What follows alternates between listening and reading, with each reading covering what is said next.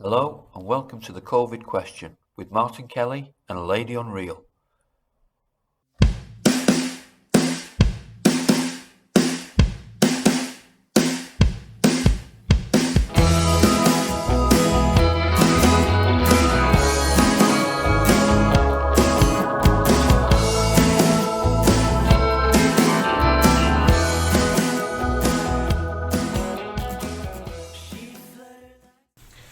Hello and welcome to the COVID question, and I'm really pleased to say that Lady Unreal is back with me. Milady, I missed you. How are you? I'm okay, thank you. How are you? I'm good, thank you very much. You better? Much better, thank you. Good. Really worried about you actually. I was thinking, was it COVID? Did the COVID bug get her? Did it? It wasn't COVID though, was it? No, definitely not. No. I'm just going to move the microphone a little bit closer to you, my lady.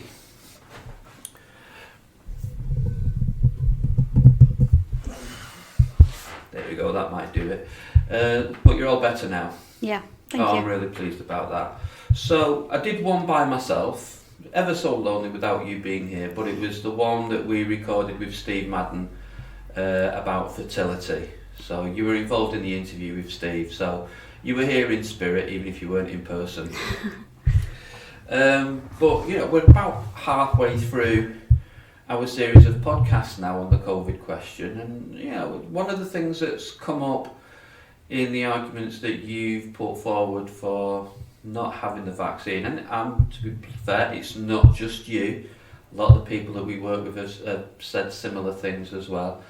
Is that not trusting the vaccine, not trusting the science, not trusting the people that are telling us that we should get this vaccine.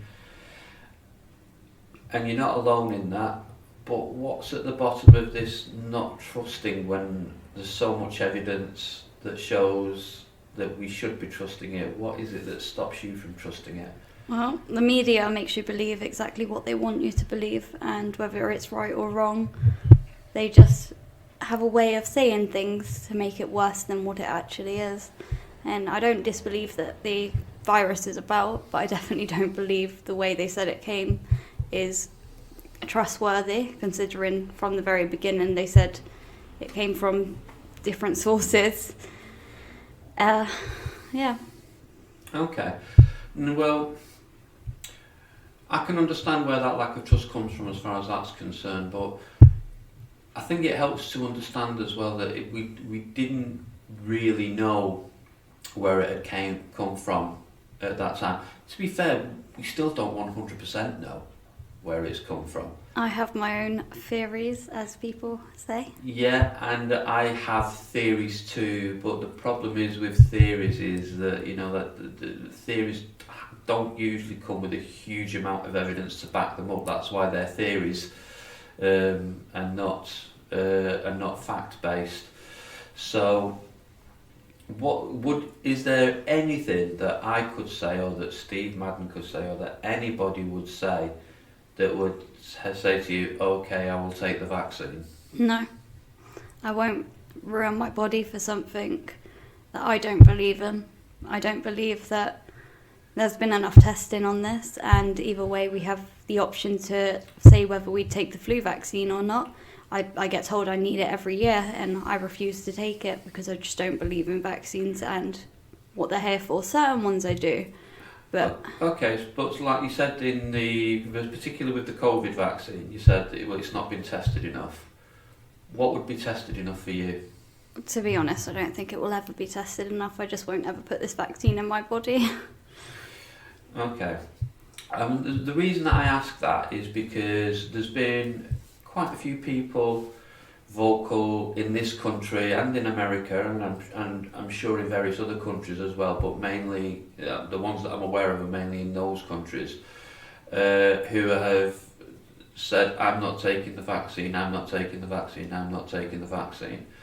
And they've contracted COVID and have sadly died. I can think of 2, possibly even 3 cases that where that's happened. And I'll be honest, my lady, I don't want that to happen to you. So, But even when you get the vaccine, you're still able to get it. You're still able to get the COVID, and having the vaccine means that it doesn't affect you as much. So I'd rather take my chances, and if I get it and I die, then so be it. I may have made a mistake, but for me, I feel like the right thing to do is to not take it and to believe in what I feel with this situation.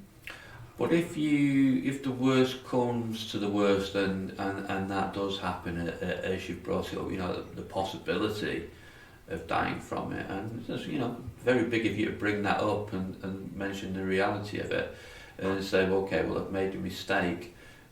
Nobody's going to take any pleasure in being right from that. No, but I'll take my chances, because if everything that I feel that I'm thinking with regards to this vaccine is right, then I know that it was okay. Okay, well, let's flip that around a little bit, because we do flip things around a bit on this programme when one point of view is put forward. And yeah, okay, so let's say it's not you that dies of it. You contract it and you give it to me and I die from it. Or you give it to your mum and your mum dies from it. Or you give it to your dad and your dad dies from it. Or you give it to a friend or a boyfriend or whoever and they die from it. What would be your response to that? Then I'd feel bad, but I'm still not getting any vaccine. Like, I'd feel really bad, but I just don't believe in the process, in anything that the government or the media have said regards to the vaccine.